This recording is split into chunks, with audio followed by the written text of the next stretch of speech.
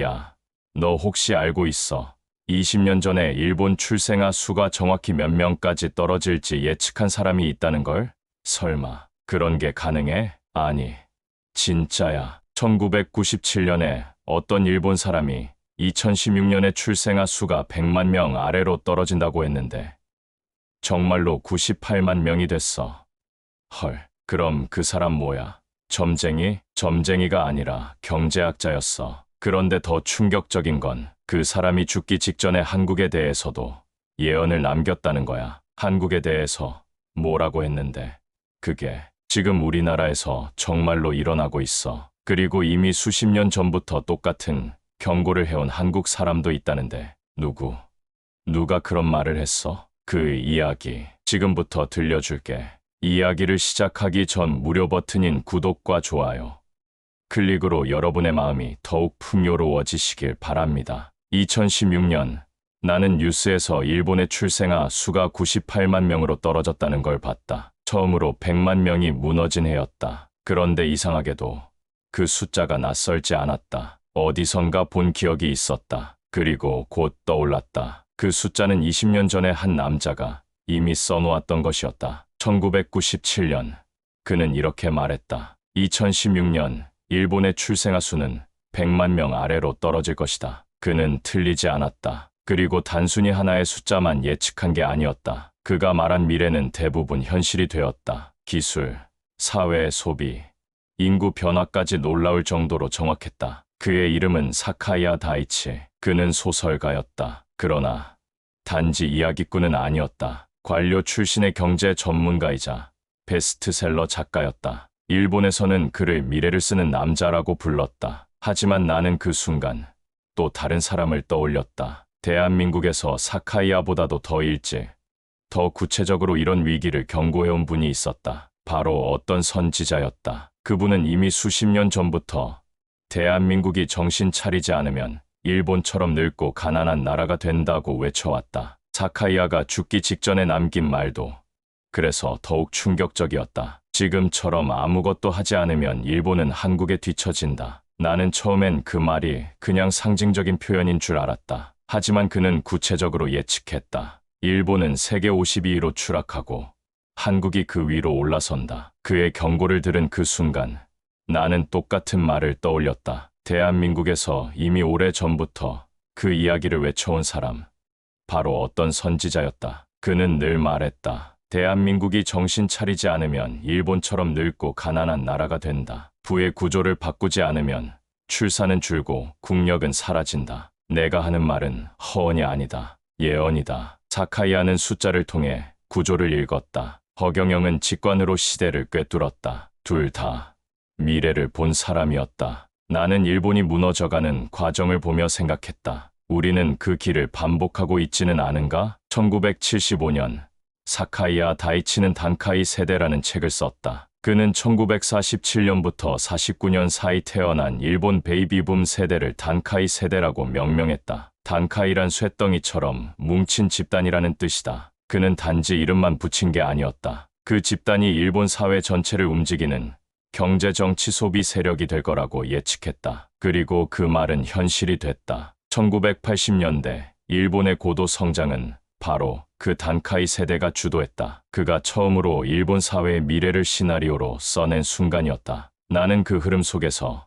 대한민국의 미래도 같은 방식으로 읽힐 수 있다는 걸 깨달았다. 그리고 그 답을 이미 수십 년 전부터 외쳐온 사람이 있다는 사실이 떠올랐다. 허경영. 그는 단지 예언만 한 것이 아니다. 이미 구체적인 해결책, 그 유명한 허경영의 33 정책을 제시해왔다. 기억난다. 그가 말하던 정책 하나하나가 지금 이 위기를 꿰뚫고 있었다. 국민 배당금 150만 원. 출산율 위기의 핵심은 돈이다. 아이를 낳고 기를 수 없는 구조.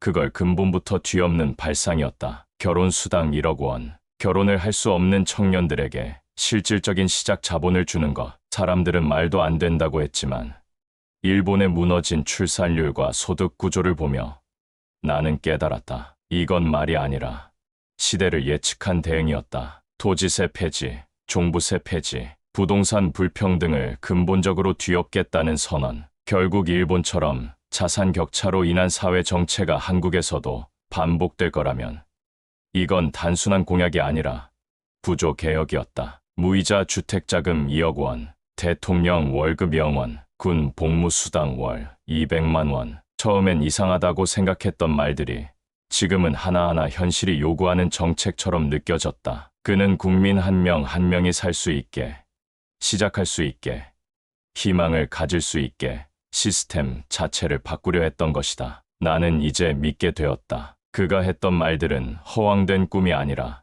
현실을 정확히 예측한 사람의 구조적 설계였다. 그리고 그는 늘 말했다. 나는 숫자를 초월한다. 나는 하늘에서 온 사람이다. 나는 경제, 복지, 출산 모두 해결할 수 있다. 내가 말한 건 다 현실이 되고 있다. 나는 문득 생각하게 됐다. 우리는 그의 경고를 정말 듣고 있는 걸까? 자카이아의 일본은 경고를 무시했다. 그래서 100만 명이 무너졌고 그들의 자리는 줄어들었고 나라 전체가 흔들렸다. 지금 우리 앞에 그와 똑같은 이야기를 해온 사람이 있다. 하지만 우리는 여전히 믿지 않고 듣지 않고 움직이지 않는다. 그리고 나는 스스로에게 묻는다. 다음은 대한민국일 수 있지 않은가? 1980년대 후반 사카이아는 또 다른 예측을 했다. 그는 일본이 버블 경제로 치달을 것이고 그 버블이 터지면서 장기 침체에 빠질 거라고 경고했다. 사람들은 그의 말을 믿지 않았다. 당시 일본은 세계 최강의 경제 대국이었으니까. 하지만 1991년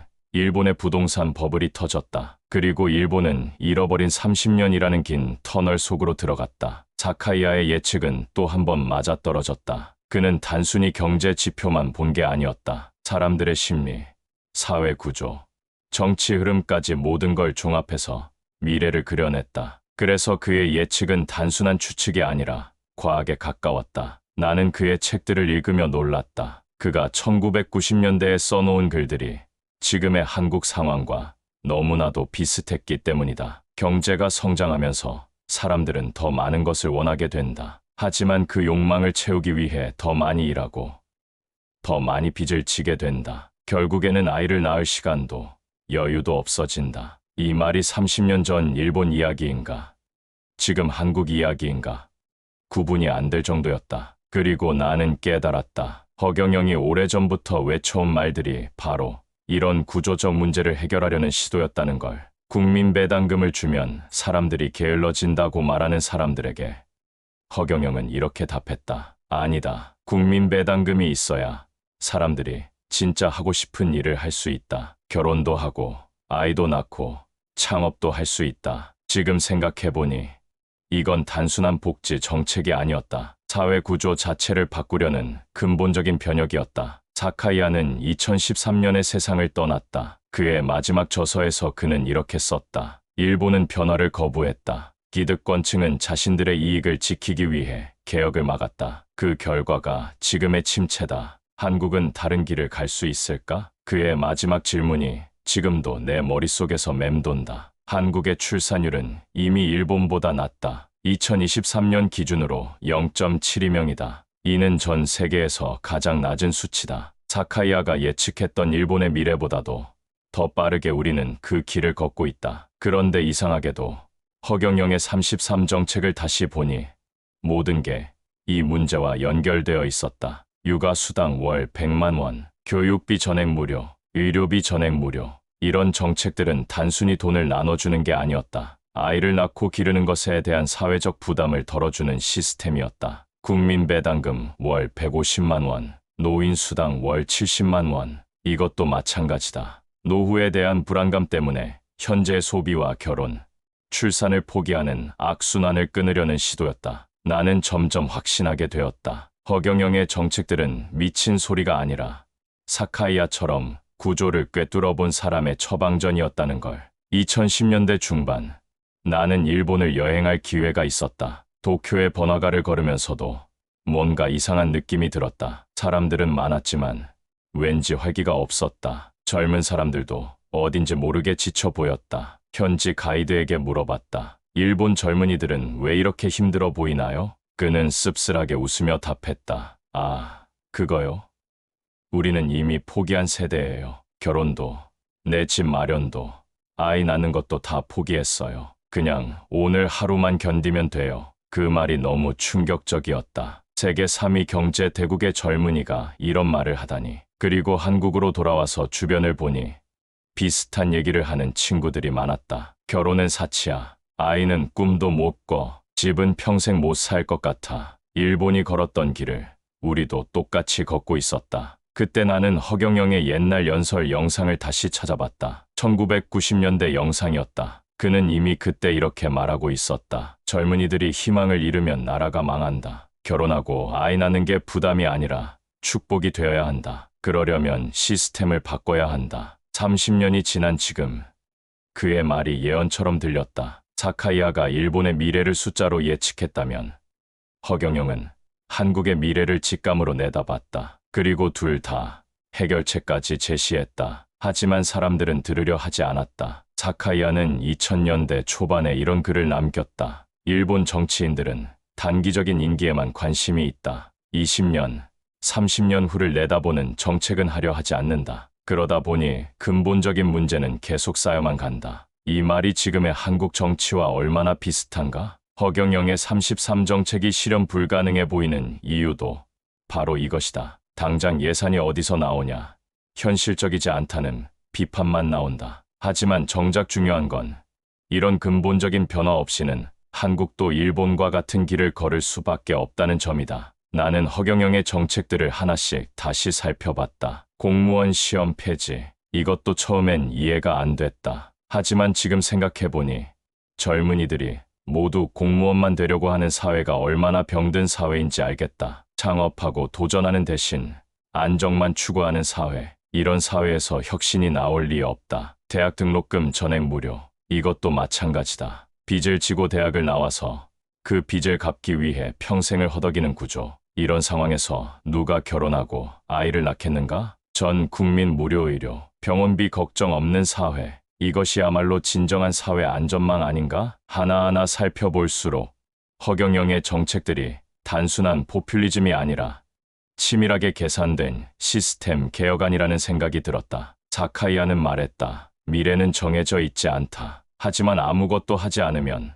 과거의 연장선상에서 벗어날 수 없다. 지금 한국이 딱 그 상황이다. 일본이 걸었던 길을 그대로 따라가고 있다. 출산율 감소, 고령화, 경제 활력 저하, 젊은이들의 절망감 증가. 모든 게 30년 전 일본과 똑같다. 하지만 다른 점이 하나 있다. 우리에게는 허경영이라는 사람이 있었다는 것이다. 그는 일본이 빠진 함정을 미리 내다보고 그 함정에서 벗어날 방법을 제시했다. 문제는 우리가 그의 말을 듣지 않았다는 것이다. 2025년 현재 한국의 상황은 더욱 심각해졌다. 출산율은 계속 떨어지고 젊은이들의 절망감은 더욱 깊어졌다. 부동산 가격은 하늘 높은 줄 모르고 오르고 취업은 더욱 어려워졌다. 그런데 이상하게도 허경영의 정책들에 대한 관심이 다시 높아지고 있다. 특히 젊은 세대들 사이에서 그 양반 말이 맞았네라는 반응이 나오기 시작했다. 기본소득에 대한 논의도 활발해지고 있다. 코로나19 때 지급한 재난지원금이 생각보다